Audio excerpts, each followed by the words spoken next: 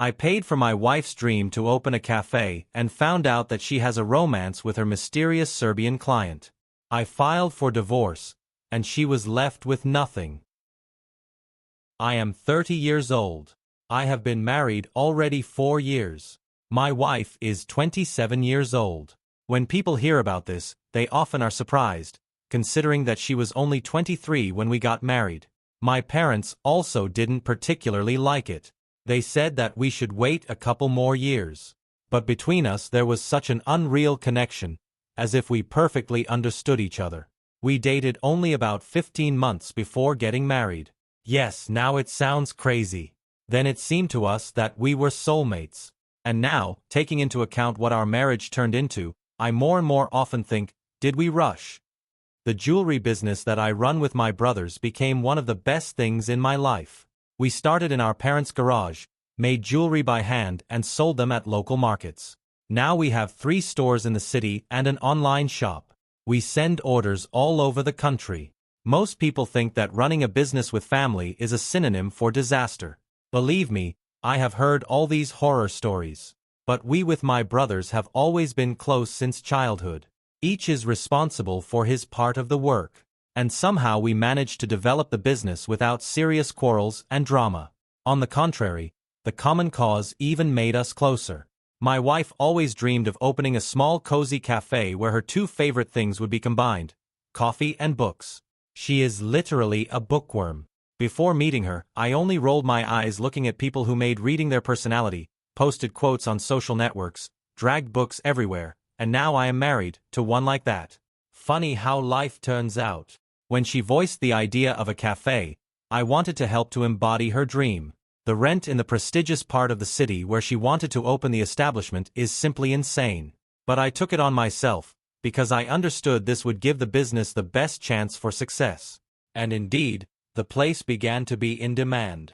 In the cafe there is always someone sitting with a book, working on a laptop, or meeting for coffee. My wife even organized a book club and began to arrange meetings with authors. All the financial investments completely paid off. My wife was happy, and the business was on the rise. At least that's what I thought then. Everything began to change approximately in March. Before that we had quite an ordinary marriage. On Fridays we went on dates, on weekends we watched movies, and she always told me about curious visitors of her cafe. Usually it was, for example, a writer working on a novel, or a student who almost lived in the cafe during exams. But this time everything was different. She came home in the evening and began to tell about a new visitor of the cafe. And the way she described him was strange. She kept repeating how handsome he is, how well he dresses and what kind of mysterious vibe he has. We with her always rather openly discussed who seems attractive to us. She, for example, could discuss a new pretty girl in our gym. Or I said that one of her friends is beautiful. This never caused jealousy in us, because we trusted each other. But the way she spoke about this guy made me anxious. She spoke like an infatuated teenager, all the time repeating about his jawline and accent. All this reminded me of those very romance novels that she constantly reads. You know, the ones with men with bare torsos on the covers. She keeps saying that they are actually very well written. One time she even made me read a book about some Russian hitman who falls in love with his target in a laundromat. So, the new client she described exactly the same as that character. Mysterious, brooding, perfect. All this seemed abnormal, but I tried just to forget it. The next day she could hardly wait for the moment to tell me more about him. It turned out his name is Ivan, and he is from Serbia. She had already learned his whole biography. Supposedly he had a successful car dealership back in his homeland, but he moved to the States in search of better opportunities. In short, a classic story of the American dream. He was looking for a job in local car dealerships while settling in. Judging by her story, they chatted for hours. My wife had always been friendly with customers, but here something else was felt. She constantly mentioned how hard it was for him to get used to life in America, and I saw that she had a desire to help him. The more she told about Ivan, the more details I learned. He is tall, blonde, dresses as if he stepped off the pages of a fashion magazine. Although, it would seem, he is looking for a job. She admired his accent, the genres of books he likes. What worried me most of all was that she described every little detail about him as if she were writing her own romance novel about his mysterious European charm and manners. All this was becoming stranger and stranger. My wife had always rejoiced at new people who shared her interests. But here it looked as if she was creating in her head the perfect fantasy hero. After a couple of weeks, the updates about Ivan began to subside. She no longer came home every evening with new stories about him, which, to be honest, was a relief to me. But I knew that he still regularly went to the cafe, since she mentioned him from time to time in passing. One day I decided to surprise her and brought lunch, partly out of desire to please, and partly to take a look at this guy myself. And of course, he was sitting in the corner with a book. I hate to admit it, but he really did look exactly as she described. Tall, handsome, well-dressed. Everything changed that evening when she came home late. She had such a strange, dreamy expression on her face. Probably the kind teenagers have after their first kiss. When I asked what happened, she said that Ivan walked her home. They talked for hours about books and life. And then he kind of invited her on a date. She answered that she was married, and he, apologizing, took her by the hand and wished her good night. What hurt me most was her reaction. She literally glowed, as if being invited on a date by another man when you're married is some kind of achievement. When I asked why she was so happy, she answered, "It's like in a book." I kept thinking about how often they meet in the cafe. She works there 6 days a week, and he is a regular customer. And our apartment is only a couple blocks from the cafe. What truly worried me was that she liked his attention. She did not set clear boundaries, did not say that these walks home should stop. Instead, she behaved as if this was some kind of exciting side plot of her life. I wanted to tell her that Ivan should find himself another cafe, but I didn't want to look like a jealous, controlling husband. I kept convincing myself that it was unnecessary. After all, she told him she was married. She could have hidden that if she wanted, but the feeling in my stomach didn't leave me. Maybe because my ex-girlfriend before marriage also supposedly just befriended a colleague, and then it turned into a full-blown affair. The next few days I tried to convince myself that it was all in my head. My wife loves me, we have a good marriage, she is just friendly with a customer who has similar interests with her. But every evening when she came home, I caught myself thinking, did he walk her again? The worst thing was that I couldn't even talk about it with my brothers. They would either say I was paranoid, or they would go themselves to have a talk with Ivan. So I kept silent and waited to see what would happen next. About a week after the story with walking her home, my wife entered the apartment with a huge bouquet of flowers. And not some cheap ones from the supermarket, but luxurious roses from an expensive flower shop downtown. She hummed to herself while arranging them in our wedding vase. Then, casually, she said that the flowers were from Ivan. Allegedly, he got a job at a car dealership and bought a bouquet for a colleague's birthday, and these were just left over. And he decided to give them to her because she works so much. Seriously, who spends that kind of money on expensive flowers just to give the extra ones to a cafe owner? I couldn't believe she was playing dumb, as if she didn't understand why a man who had already asked her on a date and held her hand would bring her flowers. When I asked directly if she really didn't see that Ivan had feelings for her, she answered in a way that nearly drove me insane. Well, yeah, obviously he likes me, especially after he asked me out, but the flowers, they're just a friendly gesture. And this from a person who, a month ago, made a scene for me because I liked a photo of some girl on Instagram from 5 years ago. Let me say this, men don't buy expensive bouquets for women who rejected them, especially married ones, just as friends. That's not how it works. Ivan was not just a friend, he was playing the long game. Apparently, he decided that since it didn't work directly, he would wear her down with these innocent gifts and attention. And judging by my wife's behavior, his strategy worked perfectly. All of this reminded me of the story with my cousin's marriage. His wife was just friends with a trainer, who gave her protein shakes and sportswear. Half a year later, she was already living with him. I saw the same picture unfolding before my eyes, but my wife was too carried away by her romantic nonsense to notice, or maybe she simply didn't want to notice. My premonition was confirmed.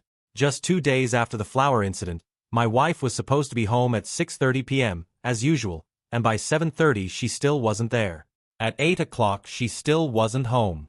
I called her twice, no answer. Of course, sometimes she stayed late. Either there was a rush at the cafe, or inventory kept her. But this time I had a bad feeling. I checked the camera outside the house, waiting to see her walking down the street. I even opened the iPhone locator, but her location was turned off. Dark thoughts began running through my head. Around 8:45 she finally returned home, full of energy, practically bouncing with excitement. Instead of apologizing for being late or explaining why she didn't answer, she immediately began to tell me about the wonderful evening. It turned out she gave Ivan a whole tour of downtown. First, they went to an art museum, because he had long wanted to go there. Then they grabbed pizza, since he had never tried real American pizza. The way she savored every detail of their adventure sounded like she was describing a first date. My wife, who usually after work only wanted to order food and turn on Netflix, suddenly found energy for a 3-hour walk with this guy. And the worst part, she didn't see it as something wrong at all. She told her husband, me, about a romantic evening with another man as if she were sharing with her best friend impressions about a new admirer. I remembered all those times she said she was too tired to go to a restaurant with me, or how she complained that museums were too crowded. But, as it turned out, for museums and pizza with Ivan, she found energy. When she finished her story, I couldn't hold it in anymore. I looked her straight in the eyes and asked if she was attracted to Ivan. And the way her face changed at that moment told me everything even before she started fumbling with an answer. Her reaction was so over the top it was almost comical. She immediately went into defense, made that theatrical hand-to-chest gesture as if I had accused her of murder. According to her, she only wanted to be a good person and help a poor lost immigrant settle in America. She started talking about how Ivan has no one here, how hard it is for him to understand American culture, and that she was just trying to be hospitable. She even remembered her grandparents, who once came to America too, and how they were helped. The whole time she was justifying herself, she was pacing around the kitchen, pointlessly rearranging things, avoiding eye contact. And that's exactly what she always does when she lies. Then I told her that she must stop meeting with Ivan outside the cafe. She had a face as if I told her to stop breathing. She said I was insecure, controlling, toxic, and jealous. She recalled that I never had problems with her other male friends, conveniently forgetting that they were either gay or married. Then she burst into tears, saying I didn't trust her and how could I even think she was capable of cheating. And all I was thinking about at that moment was how she hid her chats with Ivan when notifications popped up on her phone, or how she started putting her phone face down whenever she was next to me. I managed to stay calm, though I wanted to throw something at the wall. I tried to show her the situation from my side, asked how she would feel if some beautiful Serbian woman came to my jewelry store every day and I started giving her private tours around the city. And if I bought this woman gifts and let her hold my hand, if I came home late because I was showing her sights. My wife just rolled her eyes and said, "That's different." But she couldn't explain how exactly. Then she even dragged in some guy from college who once had a crush on her, as if that was the same thing. At that point, I was already seeing so many red flags you could organize a parade. And the way she tried to justify everything only confirmed my suspicions. There was clearly something going on between them. She even declared that she would understand me if the situation were reversed. Really? So she wouldn't go crazy if I started spending time with some attractive woman who openly flirted with me? She would understand me? This from the same person who made me unfollow my ex from 10 years ago on Instagram, and got upset when my cousin hugged me too long at Christmas. But apparently, I'm supposed to be perfectly calm while she plays tour guide for a man who clearly wants to get her into bed. Yes, earlier I said that we don't fight if we find someone attractive, but that works only when you just honestly say it and don't go further. And she went further. That night I ended up sleeping on the couch, which honestly wasn't surprising. What was surprising was something else. How suddenly everything became quiet after that fight. She completely stopped mentioning Ivan. No more cute stories about what he was reading, nothing. She came home on time every evening, and everything seemed as if it returned to normal. I began to think maybe I had overreacted, maybe she really did listen to me and set boundaries. Even my brother noticed that I looked less tense at work. I finally began to feel like I could breathe again. And then came that random Tuesday when I decided to surprise her and stop by the cafe. I had just finished a big deal and thought we could have lunch together. But when I came in, only her employees were there, and my wife was nowhere to be seen. And she practically lives in that cafe. She's there from opening to closing, runs everything herself. Never leaves for lunch. Never runs errands during work hours. Nothing. Always said a good owner should be present. I asked one of the workers where my wife was, but got only a vague answer that she had stepped out for a bit. Something inside me told me not to make a scene but to wait. I went back to my car, which I had parked across from the cafe, and kept convincing myself everything was fine. And then I saw them. My wife and Ivan walking down the street together, arm in arm, like on a date. She was laughing at something he said, leaning toward him, just like she used to lean toward me. They looked like a couple, not like a cafe owner and a customer, not like friends, but like real lovers. I sat there gripping the wheel so hard my knuckles turned white, watching my wife hanging on this guy, even though she had promised to stop seeing him. In that moment I realized our marriage was probably already dead. But I also understood that before making any moves, I needed proof. When I saw them together, it took everything in me not to explode. My first thought was to jump out of the car and punch them both. Maybe even show Ivan what happens when you touch another man's wife. I've never been an aggressive person. The most I ever did was yell at a referee at my nephew's basketball game. But seeing them that close, that intimate, I gripped the seat to stop myself. All I could think about was the business, my brothers, and how a criminal record for assault would damage the reputation of what we had built together. So I just sat there and watched them go into the cafe, as if nothing had happened, as if my world wasn't falling apart before my eyes. Yesterday was probably the longest day of my life. I must have typed out 50 angry messages to her but deleted them all. I wanted to call my brothers, but I knew they'd either say I misunderstood everything or they'd show up at Ivan's work to confront him. I even thought about calling my wife's parents. They always treated me well, almost like a son. Her father even helped us open the cafe. But I decided to stay quiet and observe. Information is power, right? And now I had information she didn't know I had. When she came home that evening, I pretended everything was fine, asked about her day. She sat at our kitchen table, eating the dinner I had cooked for 2 hours, and told me about a new kind of coffee at the cafe, about how busy the day was, not a word about spending time with Ivan. This from the woman who used to share every little detail, down to what her regulars ordered for breakfast. Now she was lying straight to my face while I ate lasagna. That's when I realized I needed to act smart. If I threw it at her face now, she'd just deny everything, delete evidence, and start hiding it better. So before we continue and move on to the next update, I suggest right now to write in the comments what you would do in the author's place. Would you also, like him, not throw the facts in her face, or would you break and lay everything on the table right in the moment?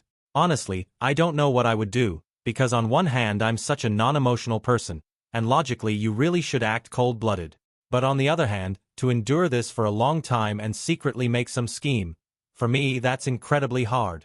So let's not waste time and find out what happened next. Update 1. Hi everyone. I'm here with an update about my situation with my wife and her Serbian friend. After that day when I saw them together, I realized I needed real proof of cheating. All my life I was against snooping in someone else's phone. My ex constantly checked mine, and I hated it. But after a week of lies and strange behavior, I felt I simply had no choice. Either I would go into her phone, or I would go crazy imagining what was happening between them.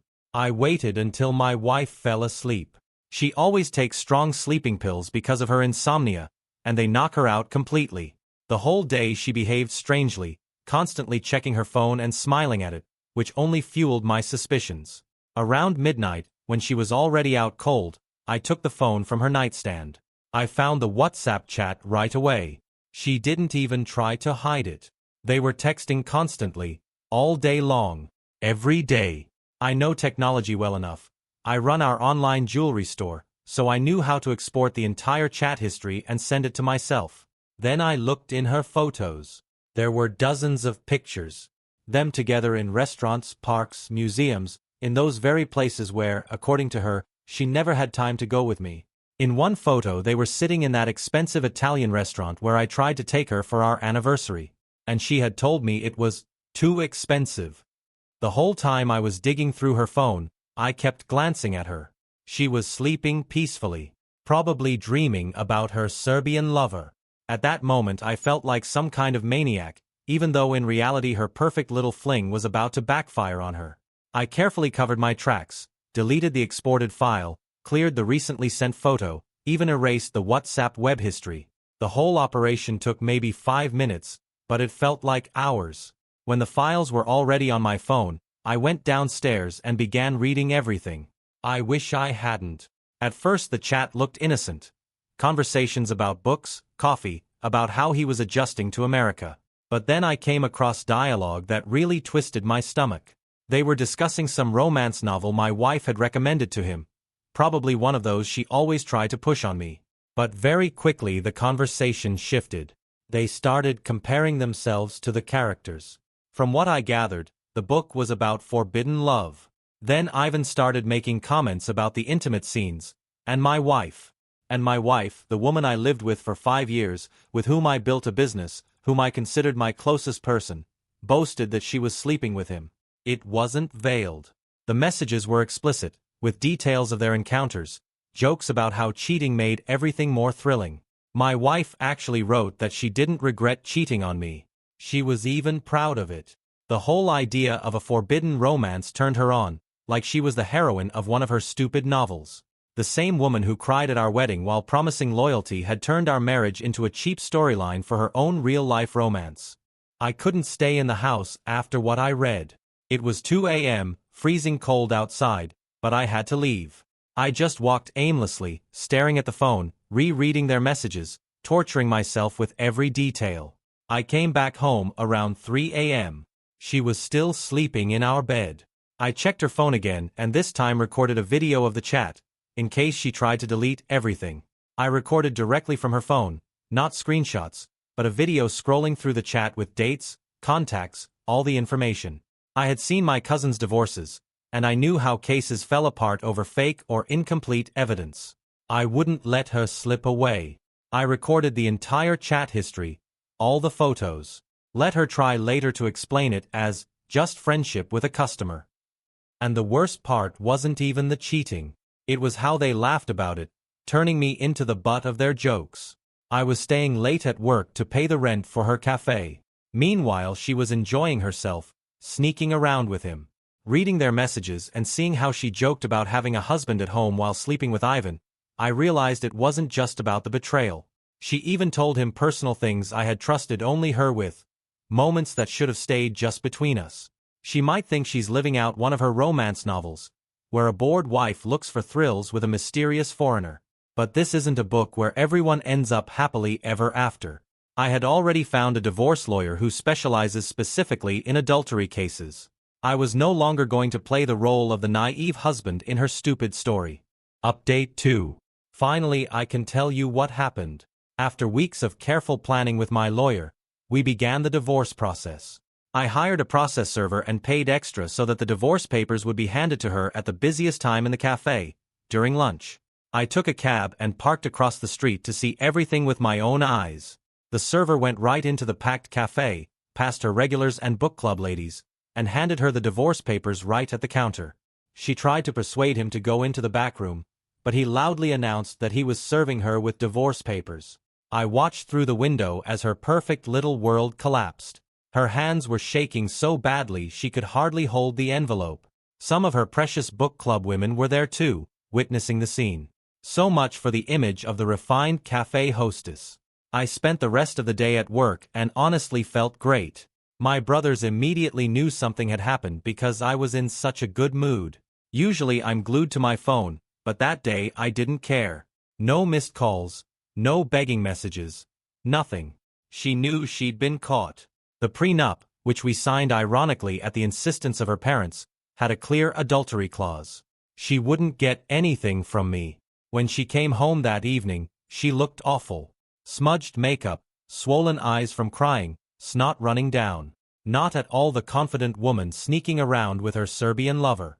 She came into the house like a wreck, asking over and over what she had done wrong, as if she had no idea. The funniest part was watching her desperately try to figure out what exactly I knew. She went through different guesses, checking my reaction. Was it about Ivan? Did someone say something? Was it because she stayed late sometimes? She was frantically searching for a loophole, while I just sat there, knowing I had her messages saved 3 different ways. In the end, I gave her a hint. I said I saw her and Ivan walking arm in arm the day she was supposed to be at work. You should have seen how fast her face changed. Instantly from a crying wreck she switched to defensive mode, insisting I was exaggerating, destroying our marriage over one innocent walk, calling me insecure and controlling, then in the next second, begging me to reconsider. She even brought up a family therapist, as if that could fix what she had done. She kept swinging between insults and pleas. I was tired of the show and told her to get out of my house. Yes, my house, not ours. I had bought it before marriage, something she seemed to forget. She tried to argue, but I just pointed to the door. As soon as she left, I called my lawyer. I had already moved most of the money from our joint accounts into my own, saving all the bank records. Experience in business had taught me to handle money properly, and now it paid off. She could live in her romance novel, but the divorce was real. I hired the best divorce lawyer in the city, the same one who handled my friend's case when his wife cheated with the neighbor. His rate wasn't cheap, $400 an hour, but seeing my wife realize she couldn't afford even a comparable lawyer was worth every penny. Let me say a few words about how important a good divorce lawyer is. Mine was worth every dollar. When we got to court, he didn't just present evidence, he told a whole story. He showed the judge photos of them together, even after I had explicitly told her to stop seeing him. Then he read the WhatsApp messages where they openly admitted to cheating. The judge's face while hearing their flirty talks about how exciting it was to sneak around, priceless. But my lawyer didn't stop there. He went through our joint account records like a forensic accountant, found expenses at restaurants I had never been to, and matched them perfectly with Ivan's messages thanking her for dinner. There were movie tickets, museum tickets, even a weekend trip they tried to disguise as a business conference. All paid with our shared money, money I earned. The biggest blow came when he found Victoria's secret receipts. Exactly on the days when she texted Ivan about a special surprise. At that point, her lawyer's face just dropped. My lawyer painted the picture. I, the hard-working husband who helped my wife open her business, paid the rent, supported her dreams, while she spent our money to feed and entertain her lover. He even mentioned how I paid the rent for the cafe in that fancy area, and she turned it into her personal dating spot. Her lawyer tried to argue nonsense, like how sometimes I worked late or didn't read the books she recommended. The judge literally rolled his eyes at that. In the end, justice prevailed. Thanks to the prenup I kept everything, and she got no alimony because of obvious cheating and the fact that I basically financed her whole business. True, the cafe and the Audi I once bought her stayed with her, since I had no documents proving ownership. Revenge on Ivan was harder. I didn't want to end up in jail over 2 people not worth it. But one day I got my chance. I saw him leaving the cafe, probably after another cozy day with my ex. I followed him at a distance until we were out of camera range and away from other people. I called out his name, and when he turned, I introduced myself. "Hey Ivan, I'm your lover's husband." His face froze perfectly, right before my fist hit his jaw. My hand hurt for a while, but seeing him sprawled on the pavement was worth it. Blood from his lip. Absolutely shocked. You'd think a man sleeping with a married woman would expect to eventually meet her husband. I was ready if he fought back, but he just got up, wiped the blood, and walked away. Guess the whole mysterious macho persona was just for other people's wives. One punch was enough. More would risk an assault charge. And then came the sweetest part of my revenge. The cafe rent was due May 1st, $4,500 a month for that elite downtown spot she had wanted so much. In the middle of the day my phone wouldn't stop ringing. My ex was sobbing that she couldn't pay the rent. Turns out running a cafe isn't so easy when you actually have to pay bills instead of spending all the money on your lover. She kept saying things like, "Please, I built this place from scratch," conveniently forgetting whose money built it.